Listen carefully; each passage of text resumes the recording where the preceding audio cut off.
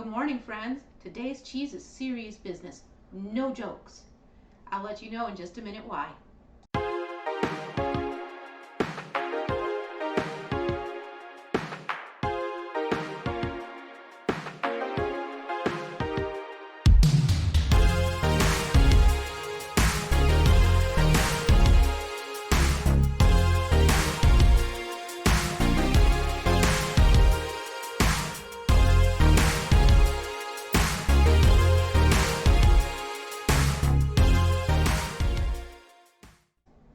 Hey, good morning, friends. So today's cheese is Gran Padano.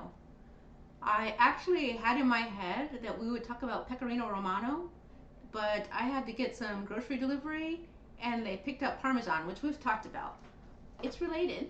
Have you heard of Gran Padano? Leave in the comments and let me know if Gran Padano is new to you or if it's an old friend. Gran Padano is, it's like the middle child between the Parmesan and the Pecorino Romano.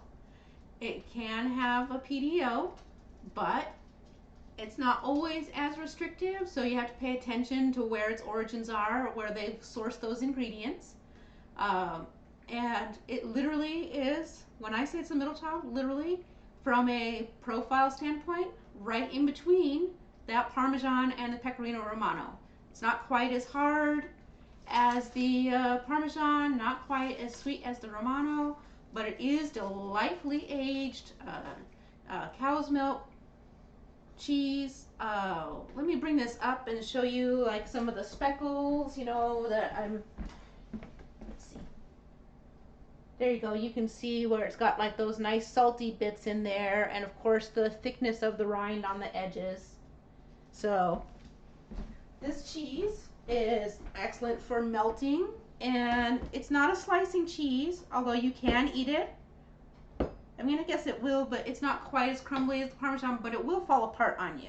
I don't want to bring it around to the camera again, it just ran all over, but it's a very jagged sort of cut, and if you catch here, I'll cut a piece off. The rind is super, super hard, and I generally save that to grate into the sauces because the rind is a little bit more powerful, but you can see it comes right off.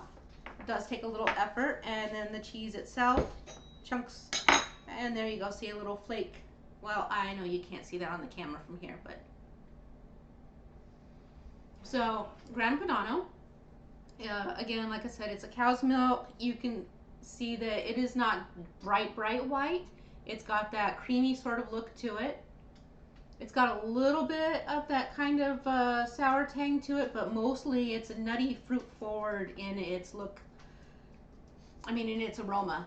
Losing my mind this week, every week. So I would use it any place that you would use Parmesan or Romano. It fits in perfectly. I want to be clear, this is a delightful cheese. It's just often overlooked because it's not as prolific as the Parmesan and the Pecorino Romano. There's no real reason for that, and it's not an inferior cheese. But that brings me back to that little intro where I say we don't joke about Gran Padano. Let's try it.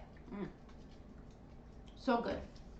We don't joke about Gran Padano because in 2016, in an episode of The Bold and the Beautiful soap opera, yes, really, one of the characters buys Gran Padano instead of Parmesan, and in the show he shudders with distaste because of the inferiority of the cheese. To which the council of the Gran Padano sued because they said it was harmful to their brand of the cheese. For reals, that was a thing. And let me just tell you, it is good. And I am grilling myself a steak this morning for my meal one, and I can't think of a better side dish than the Gran Padano. The Parmesan would be just a teensy bit too crumbly and strong, and this is going to be like the perfect pair. It's a filet with a bacon wrap on it, so, and I'm throwing it on the pellet smoker, not slow to smoke it up, but I'm going to put it in the smoke for the hard sear. And I think it's going to be extra delicious. And so there's my side dish now. So there you go. There's your Gran Padano facts. Can I just say, I do not think it's inferior in any way, shape, or form. In fact, I think it is fan freaking tastic. And when you see it in the stores, it's 100% worth picking up. Grate it up and mix it and make it into a cheesy sauce, a relative of the Alfredo. Have it, on top of your steak or your cauliflower or your broccoli. Mm, it is so good. So uh, don't let people sway you and tell you that it's not as good as Parmesan, because they're not the same cheese. They both have their places. Uh, Goodness gracious, my Dyson is sneezing this morning. Well, on that note, I think we are done with this Cheese Friday. All I can say is get you some Gran Padano. Delightful. Perfect on your charcuterie. Pairs with savory as well as sweet.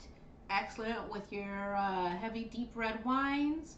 Will not clash if you're having like a light and bright Chardonnay. It's just so delightful. It's an everything cheese. So you have yourself an amazing and wonderful Friday, and remember that you are amazing. And I look forward to seeing you on Sunday for our Sunday night coffee talk. We're going to have ourselves a delightful beverage and a surprise recipe.